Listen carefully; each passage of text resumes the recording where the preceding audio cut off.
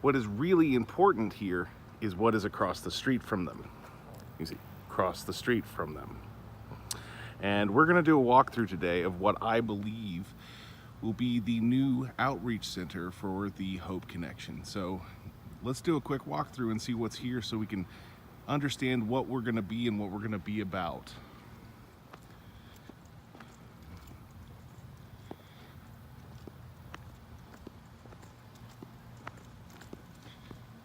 As we come up to the doors, it doesn't look like a normal church building. And that concept didn't leave me behind when I was looking at the facility. It doesn't need to look like a normal church building. It needs to look like an outreach center. And coming into the outreach center, the first thing people are going to see until we start playing with it is kind of an entrance way. It doesn't always look like a church, more looks like a waiting room. But as we go in, there's lots of good spaces that we can work with. Like, I love this space. This space would be a perfect place to, well, number one, turn into a parlor, because it does have some windows and a nice way to look. But we can also put a TV on the wall and do overflow for worship time if we do have worship services. Fireplace adds a nice little touch. And I think it works for us in general. But the really nifty thing is that there's a 3/4 bath hidden in the back with a very large closet, so we can store clothes and stuff for people who get out of jail. They can come take a shower and they can get prepared and get into life and not feel dirty from being in jail. You feel dirty when you leave that place. But continuing on with the walkthrough, so we have a parlor room, a bathroom, which is great. And there was a door there that goes into the garage, but I'll show you in a different way. Here's a small office space. I think this would work for, well, almost anything. It could be a small classroom space, but it would have to be limited to probably smaller groups or smaller children. I believe this should be our associate pastor, the office for them. It's got a sink and doesn't really need to have a sink, but it works okay.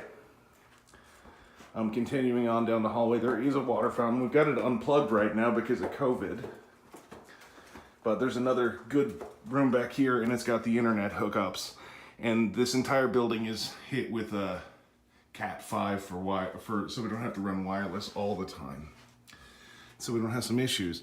Now, this goes out into more of the garage type area, and there's a storage room out here. There's a hot water heater in here. It's on the other side of that bathroom.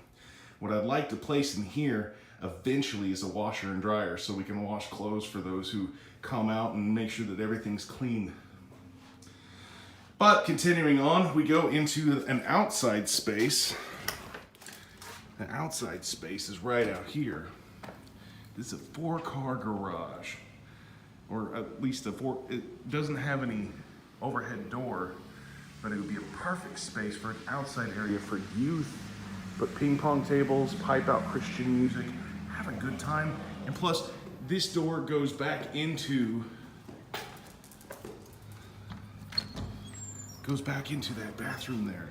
So we can have a secret play for people to get in so they don't feel like they're being judged by the community. So back into the main of the building, and back into air conditioning. It is southern Arkansas.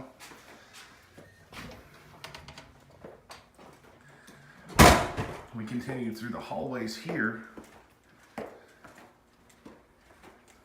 and we come into our second really big space.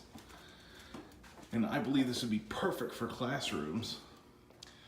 It's a nice big room. As we can see, at one point in time, it was an office, maybe filing cabinets. You can see where there were several desks and the carpets. Of course, the carpets are gonna have to go. But it does offer us a very large space to use, and it comes with ceiling fans, which also help out. I think this could be subdivided possibly into smaller classrooms. It does have a slight echo. And as we continue down the hallway, this goes back into that office that you could see through the windows as you came in.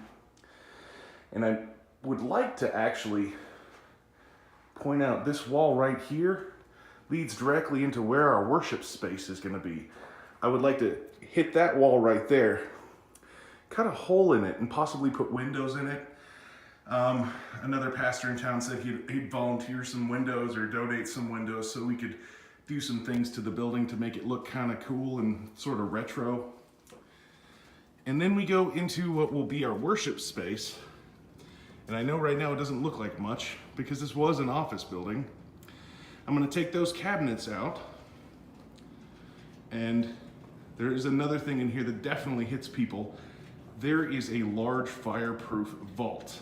This was an assessor's office. They had surveys, all kinds of paperwork in here. This would make a fantastic library for later on. It is also a nice shelter, so if there's a need for a tornado shelter, this building in this room is especially designed for that, to protect documents, and it can protect people. That wall I'd like to see come out as well, so we can extend the worship space into yet another room. And I think comfortably we could fit around 60 or so individuals, but it would have to be with COVID understandings. And this door would have to move out just a little bit. It's not a bad door. In fact, I want the door to stay. But move the door forward on the frame to the next spot so there's not necessarily an entryway, because this has to be either an emergency exit or an exit into what would be the worship space across from the pastor's office, because I think this is the office that I'm going to take, so we don't have to do a whole lot of work in here. I'd love the wood panels to eventually go away, but we are who we are and we have what money we have. And these can be turned into shelves very easy, and it would offer us a nice space to counsel and work with individuals. Now, as we continue down this hallway next to the worship area, there's obviously closets all along the way. It's the hot water heater. But then we start turning into things. We have 2 half baths. They would be normal congregant half baths, things that we could use for everybody. We could designate one a male, one a female. Just simple half baths. But right next to that was what was a break room, but is also a little kitchenette. So, and yes, I know that is very old. It's old school, it's kind of cool. I've never heard of Gafers and Sattler before, but it is a General Electric stove and refrigerator. But it's right next to that brick wall, so it adds a nice accent. And we might be able to make some space and remove closets, but we're gonna have to talk about that with architects and electrical engineering. But this would be a nice space. Maybe even take this wall out so it doesn't subdivide it so much. It makes it feel more open.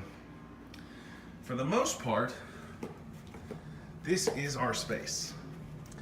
I truly see that it will turn into something, and I cannot wait until walls start moving, until things start closing, and I just wanted to give you an intro, an idea of what we are and where we're gonna be and how this facility is gonna be best utilized to serve God and to serve the community of Hope, Arkansas. So thank you so much for listening to this, and I pray that you are able to come down and come see this space in person. You can contact me, Pastor Adam, anytime you'd like. My phone number is area code 785-969-2456, and we just want to welcome you to possibly the new building of Hope, the new building of the Hope Connection here in Hope, Arkansas. Thank you so much. Have a blessed day.